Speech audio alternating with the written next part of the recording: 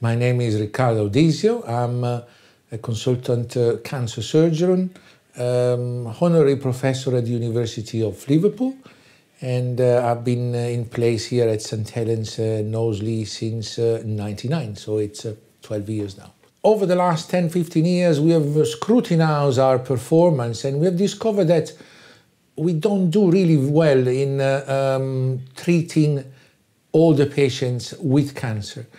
Unfortunately, this is the case of undertreating several patients, which associates with dramatic drop in survival curves.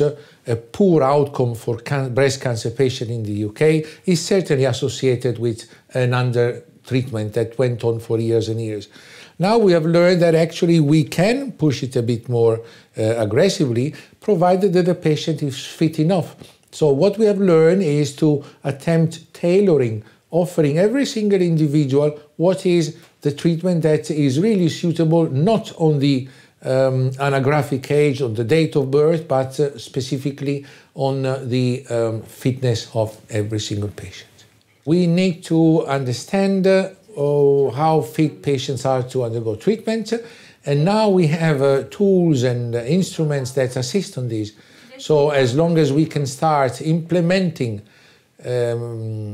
indexes and frailty scores in our clinical practice, I'm sure that we will be able to optimize treatment. This was a splendid opportunity that the Department of Health sets up, and nicely supported by Macmillan and promoted jointly with Age UK. So this is really what we want to happen, a significant step forward in the management of older patients.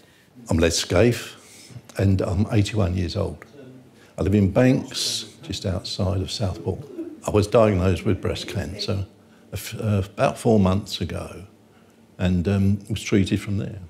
I did have an issue originally when the doctor first was asking me questions. He asked me what my age was, and I felt a bit intimidated, or thought that I wasn't going to get the treatment because of my age. So I told him that I would rather he treated my symptoms rather than my age.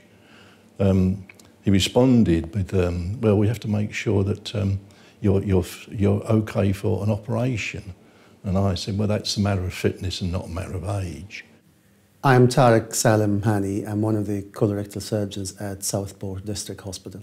Normally, the patients who come to us are older patients because bowel cancer is more common in the elderly population. When we treat the older population, we treat them according to their biological age rather than chronological age, because it's important to assess every person, especially older people, individually based on their functional status rather than their chronological age only. Yesterday, I have just operated on a patient who is 90-year-old, and she's doing well after her operation. The Older People Project highlights important facts about managing older population, basically about the detailed assessment prior to surgery to maximize their potential of having a better outcome following the surgery. My name's Jo Sutton. I'm a colorectal nurse who works at Southport Hospital. When someone's identified as having a colorectal or breast cancer, they will see myself or one of my colleagues,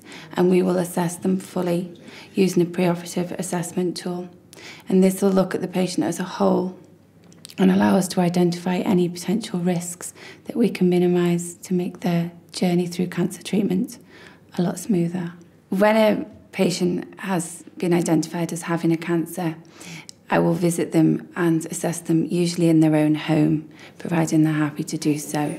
Part of it will look at a person's ability to live independently at home. We'll also be able to assess someone's fatigue, someone's nutritional status, any depression or any underlying cognitive problems that someone may have, and by addressing these issues and identifying them, we're then able to signpost someone for any help they may need that's going to help them getting over their cancer treatment.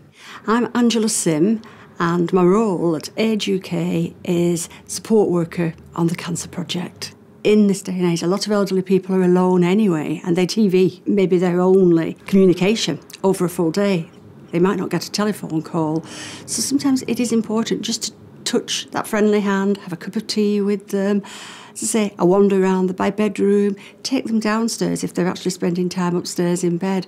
All the little tasks that might be too much trouble, or they don't want to ask a neighbour or a close friend, but might feel they can actually ask us, because we're sort of used to doing that on a daily basis and offer it on a more approachable way to them.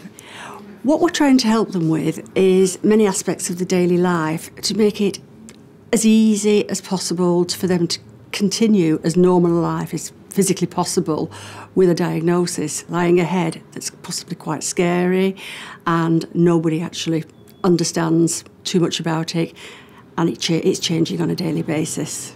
My name is Jill Levy and I'm Counselling Coordinator at the Lilac Centre, which is a chemotherapy day unit in the St Helens and Knowsley NHS Trust. When people get a cancer diagnosis, generally it is a life-changing thing that happens to them.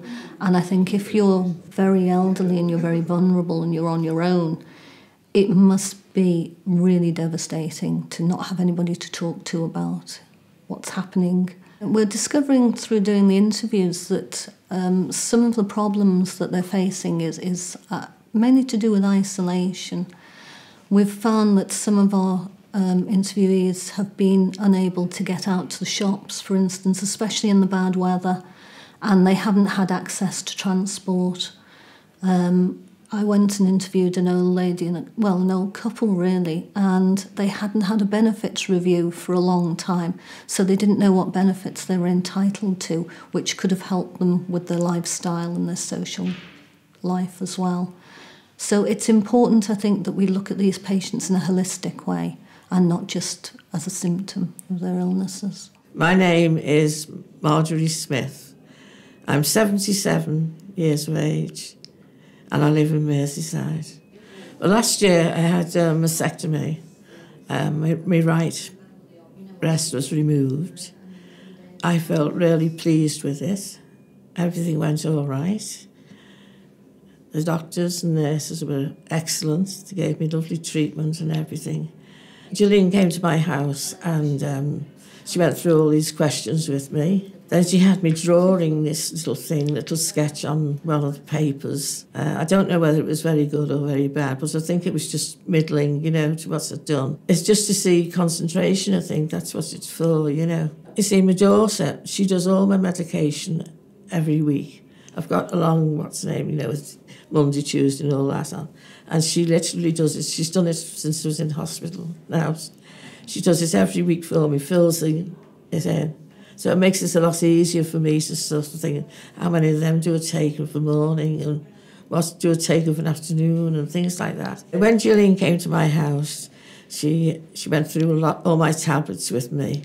I explained they were for thyroid, diabetes, calcium. I was taking about in between 15 and 17, I think it was at the time, as one went up and one come down, My name is Ian Allen. I'm a specialist oncology pharmacist and I work at the Clatbridge Centre for Oncology. As a pharmacist, I'm primarily concerned with the issue of polypharmacy.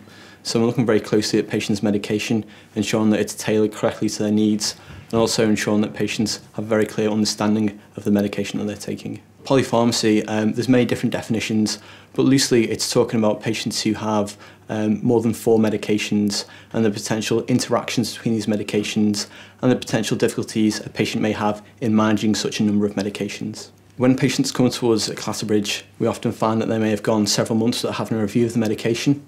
We find it very useful to go through the regular medication and review it and just tailor it to ensure that everything that's required is prescribed at the correct dose and the correct frequency. It's very important that the patient's in good health to be able to receive chemotherapy treatment and have good outcomes from the chemotherapy.